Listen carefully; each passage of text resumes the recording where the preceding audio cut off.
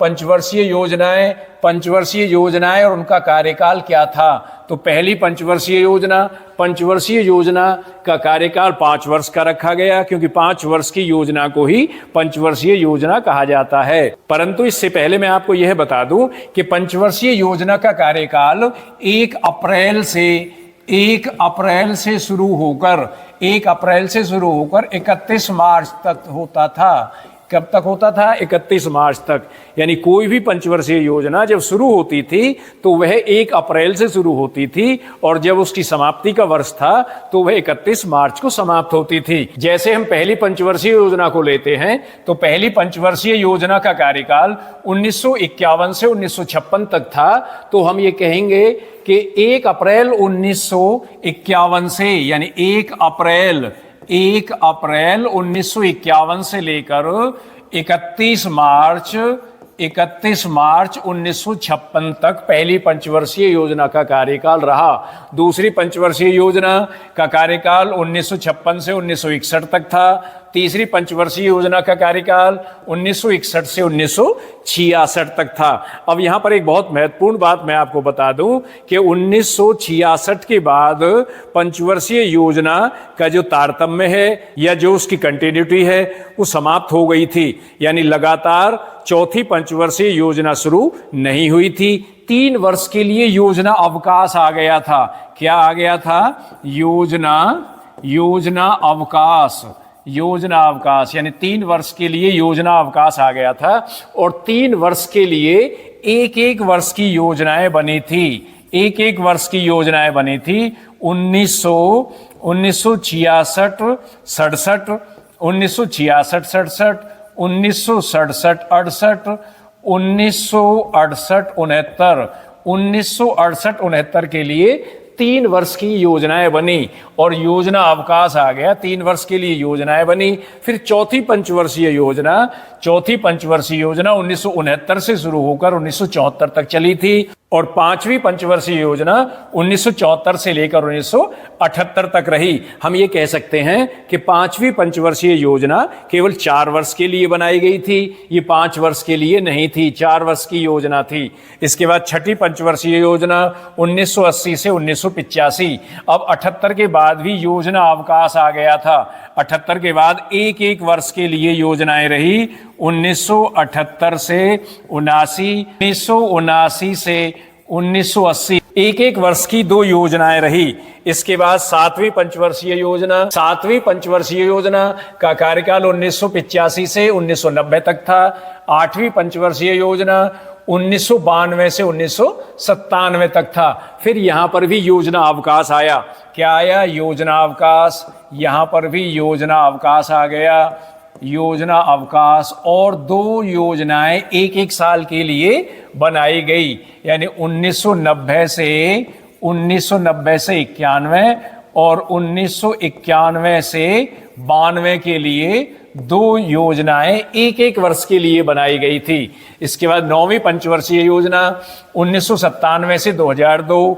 10वीं पंचवर्षीय योजना का कार्यकाल 2002 से 2007 तक रहा। 11वीं पंचवर्षीय योजना का कार्यकाल 2007 से 2012 तक रहा, और 12वीं पंचवर्षीय योजना 2012 से 2017 तक रही। तो मैं आपको यहां पर बता दूं कि अब तक केवल 12 पंचवर्षीय योजना ही बनी है। बीच में 3 बार योजना अवकाश आया है। एक 1966 के बाद 3 वर्ष का योजना अवकाश रहा, और एक 1978 के बाद 2 वर्ष का योजना अवकाश रहा, और एक बार 1990 के बाद 2 वर्ष का योजना अवकाश रहा। यानी तब पंचवर्षीय योजना ने बनाकर एक वर्ष के लिए वार्षिक योजनाएं बनाई गई थी। तो अंतिम पंचवर्षीय योजना 2012 से 2017 तक रही। एक बहुत ही महत्वपूर्ण पहलू मैं आपको यहां पर बताना चाहूंगा कि पंचवर्षीय योजना विश्व में सबसे पहले किस देश के द्वारा बनाई गई या किस व्यक्ति के द्वारा पंचवर्षीय योजनाओं का निर्माण किया गया। तो मैं आपको बता दूं कि यूएसएसआर, जिसे पूर्व सोवियत संघ भी कहा जाता है, यानी पूर्व सोवियत संघ जिसका उत्तराधिकारी वर्तमान समय में रूस है। तो रूस में वहां के राष्ट्रपति जोसेफ स्टालिन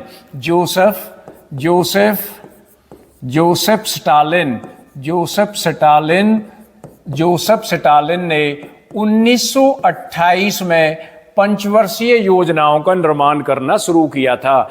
यानी विश्व में सबसे पहले यूएसएसआर में, पूर्व सोवियत संघ में, वहां के राष्ट्रपति जोसेफ स्टालिन ने 1928 में पंचवर्षीय योजनाओं का निर्माण शुरू किया। उसके बाद चीन, भूटान, वियतनाम, रोमानिया, अर्जेंटीना, दक्षिण कोरिया आदि देशों में भी पंचवर्षीय योजनाएं बनानी शुरू हो गई थी। तो यूएसएसआर के मॉडल को अपनाकर भारत में भी भारत के प्रथम प्रधानमंत्री पंडित जवाहरलाल नेहरू ने समाजवाद के प्रभाव में आकर पंचवर्षीय योजना बनाना शुरू किया था। यानी रूस के प्रभाव से ही या रूस से प्रभावित होकर भारत में भी पंचवर्षीय योजना बनानी शुरू की गई थी। मैं आपको पहली पंचवर्षीय योजना के बारे में बताना चाहूंगा। तो पहली पंचवर्षीय योजना का कार्यकाल कितना था? 1951 से लेकर 1956 तक। यानी पहली पंचवर्षीय योजना का कार्यकाल 1951 से लेकर 1956 तक था। संसद में प्रस्तुत पहली पंचवर्षीय योजना को संसद में किसने प्रस्तुत किया? तो मैं आपको बता दूं, भारत के पहले प्रधानमंत्री पंडित जवाहरलाल नेहरू ने संसद में प्रस्तुत किया था। यानी पहली पंचवर्षीय योजना को भारत के पहले प्रधानमंत्री पंडित जवाहरलाल नेहरू ने संसद में प्रस्तुत किया था। इसके बाद अध्यक्ष, पहली पंचवर्षीय योजना का अध्यक्ष कौन था?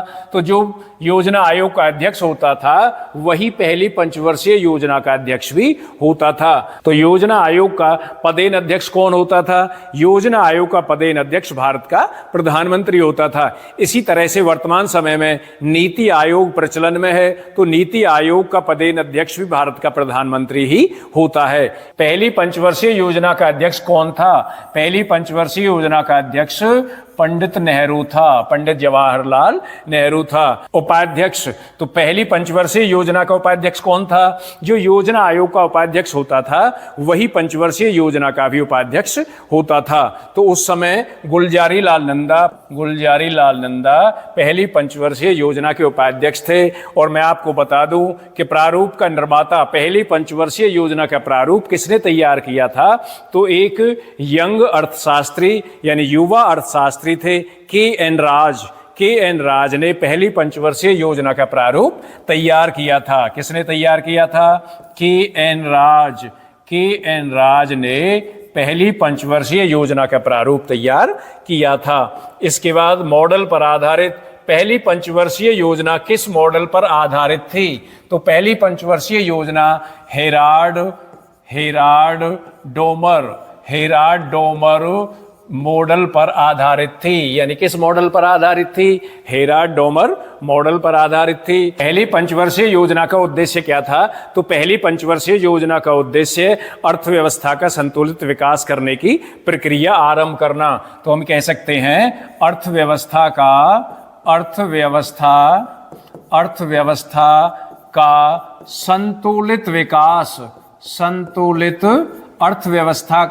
संतुलित विकास करना। यानी अर्थव्यवस्था का संतुलित विकास करके आर्थिक विकास की प्रक्रिया को तेज करना पहली पंचवर्षीय योजना का उद्देश्य था। इसके बाद सर्वोच्च प्राथमिकता, पहली पंचवर्षीय योजना में सबसे अधिक या सर्वोच्च प्राथमिकता किसको दी गई?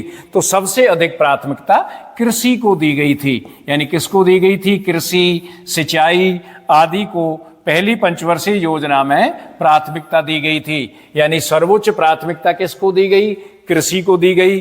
पहली पंचवर्षीय योजना में कितनी राशि का आवंटन किया गया? तो पहली पंचवर्षीय योजना में 2069 करोड़ रुपए की राशि का आवंटन किया गया। और इसके बाद इसको बढ़ाकर 2378 करोड़ रुपए कर दिया गया। इसके बाद वृद्धि दर, पहली पंचवर्षीय योजना में कितनी वृद्धि दर रखी गई थी? वृद्धि दर का लक्ष्य क्या रखा गया? 2.1 रखा गया था। और कितनी वृद्धि दर हमने प्राप्त की? हमने कितनी दर प्राप्त की? 3.6% वृद्धि दर हमने प्राप्त की, यानी जो हमारी लक्षित वृद्धि दर थी वो 2.1 रखी गई और हमने कितनी वृद्धि दर प्राप्त की? 3.6% वृद्धि दर प्राप्त की गई थी। इसके बाद राष्ट्रीय आय पहली पंचवर्षीय योजना में 18% राष्ट्रीय आय प्राप्त की गई थी और प्रति व्यक्ति आय कितनी प्राप्त की गई? तो 11%, यानी 11% प्रति व्यक्ति आय पहली पंचवर्षीय योजना में रही। इसके साथ साथ मैं आपको यह भी बता दूं कि पहली पंचवर्षीय योजना के दौरान कौन कौन से कार्य किए गए थे। तो सबसे पहले नंबर 1 सिंचाई परियोजनाएं। पहली पंचवर्षीय योजना के दौरान सिंचाई परियोजनाएं शुरू की गई थी। तो कौन कौन सी सिंचाई परियोजनाएं शुरू की गई थी? भाखड़ा नांगल परियोजना, भाखड़ा नांगल परियोजना, हीराकुंड परियोजना तथा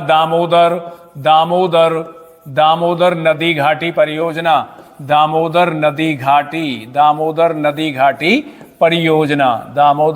घाटी परियोजना शुरू की गई थी। यानी ये सिंचाई की परियोजनाएं थी और ये सिंचाई की 3 परियोजनाएं शुरू की गई थी। भाखड़ा नांगल परियोजना, हीराकुंड परियोजना, दामोदर नदी घाटी परियोजना। राष्ट्रीय विकास परिषद का गठन भी पहली पंचवर्षीय योजना के कार्यकाल के दौरान किया गया था और 6 अप्रैल 1952 को राष्ट्रीय विकास परिषद का गठन किया गया। नंबर 3 सामुदायिक विकास कार्यक्रम।